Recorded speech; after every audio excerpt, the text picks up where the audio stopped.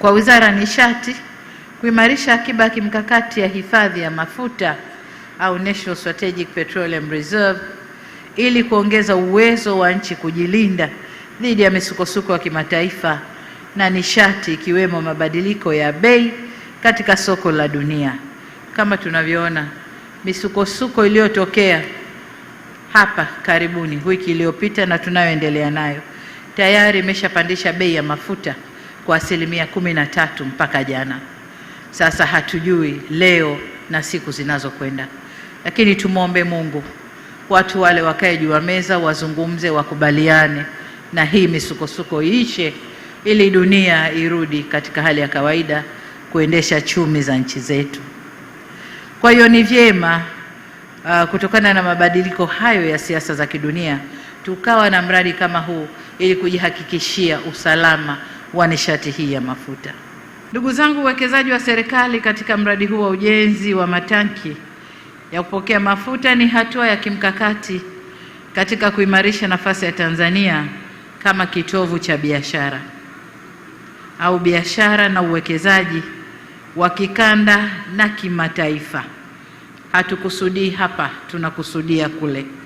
Kwa hiyo ni kikanda na kimataifa.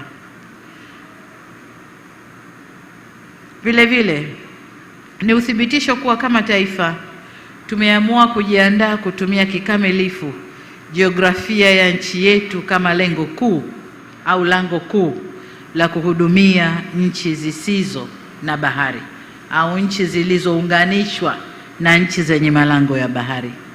Tumedhamiria kuhudumia wenzetu kibiashara na kiuwekezaji na kuifanya Tanzania kwa kitovu cha biashara ndani ya ukanda huu na barani Afrika, lakini kama nilivyosema kimataifa.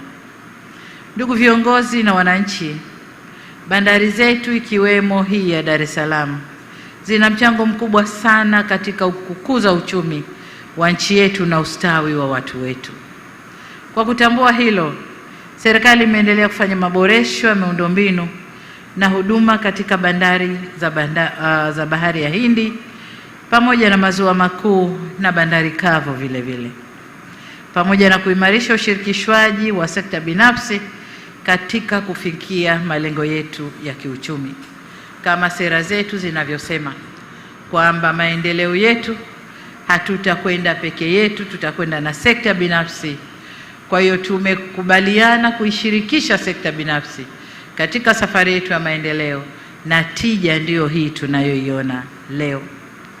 Sasa pamoja na miradi iliyoelezwa na mtendaji mkuu, lakini vile maelezo aliyoyatoa waziri, nataka kuongeza kusema kwamba maboresho yote yaliyofanyika katika sekta hii ya uchukuzi kwa bandari zetu, reli, barabara, maboresho haya yameongeza uwezo wa bandari zetu kuhudumia, hasa hii ya Dar es Salaam, kuhudumia meli kubwa zikiwemo zile za Post Panamax, na hivyo kuongeza ushindani na bandari nyingine duniani. Zamani tulikuwa tunapokea tu vimeli vidogo vidogo, lakini sasa meli zinazokwenda bandari kubwa duniani zinaweza kuja hapa. Na tutakapojenga bandari ya Bagamoyo, hakuna meli ambayo Tanzania haitaweza kuingia. Kwa hiyo tunakusudia kwenda kule na sio hapa ndani. Lakini hali hiyo imeongeza mapato pia ya serikali. Nakumbuka ndani mwaka 2022-2023 vurugu letu lile la DP World mpaka limetulia, mpaka DP World imeingia na kufanya kazi. Lakini sio peke yao, kuna Adani na yeye yuko pale kwenye bandari, na wengine wanakuja, wanaendelea kujitokeza wengi sana, ili waingie kwenye bandari zetu zote ambazo ziko Tanzania.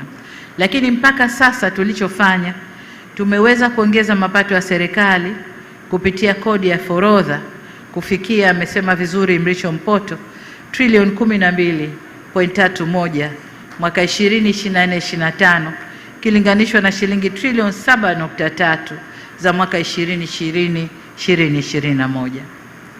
Katika mafanikio haya ni muhimu pia kutambua mchango wa sekta binafsi kama nilivyosema, ambao umeongeza ufanisi na kasi ya mageuzi katika bandari zetu, kutokana na ukweli kuwa ushirikishwaji wao umeleta tija na kuongeza kasi ya mageuzi tuliyoyakusudia.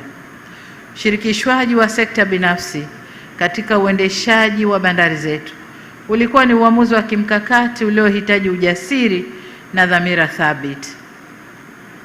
Na kama alivyosema kwamba fedha zile kuingia kwa sekta binafsi kwenye bandari zetu kumetusaidia mamlaka ya bandari kupunguza gharama za uendeshaji wa bandari zetu, na zile fedha tulizozipata kwenye upunguzaji wa gharama ndizo hizi sasa zinajenga miradi mingine mbalimbali ukiwemo mradi huu wa matenki ya kupokelea mafuta hapa maeneo ya Kigamboni. Leo hii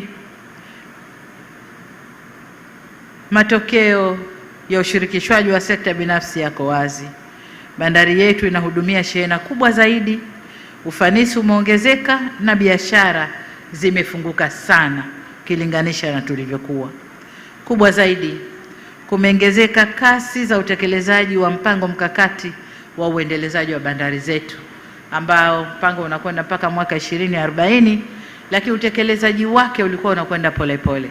Sasa kwa kushirikisha sekta binafsi, utekelezaji unakwenda kwa kasi kubwa.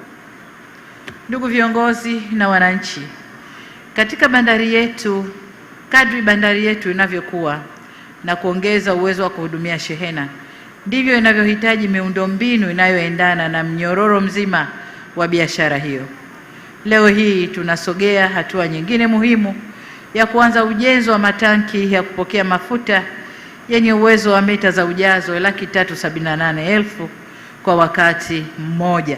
Hili si jambo dogo, ni jambo kubwa sana sana sana sana, na faida yake ni kama alivyosema, tulikuwa tuna changamoto zote zitakwenda kuondoshwa na ujenzi wa mradi huu, lakini si tu kuondosha changamoto, kuna na faida kadhaa zitapatikana. Kabla ya mradi huu, mamlaka ya usimamizi wa bandari haikuwa na matanki yake ya kupokea mafuta, hivyo kukamilika kwa mradi huu kutaimarisha usalama wa nishati ya mafuta kwa taifa letu.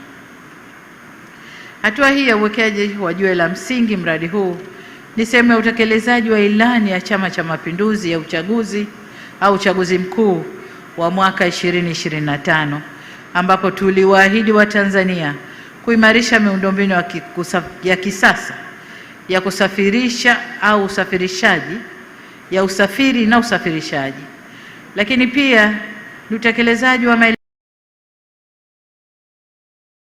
maelekezo tuliyotoa wakati wa kufungua Bunge la 13, ambapo tuliahidi kuongeza kasi ya miradi ya kimkakati yenye kuleta matokeo yanayoonekana, mradi huu ukiwa mmojawapo. Ndugu viongozi na wananchi, kabla sijahitimisha hotuba yangu, naomba nijielekeze katika kutoa maelekezo mahsusi kama ifuatavyo. La kwanza, kwa Wizara ya Uchukuzi na Mamlaka ya Bandari Tanzania kuhakikisha mradi huu unatekelezwa kwa wakati na kwa ubora unaozingatia viwango vya kimataifa na uhifadhi wa mazingira kwa ujumla.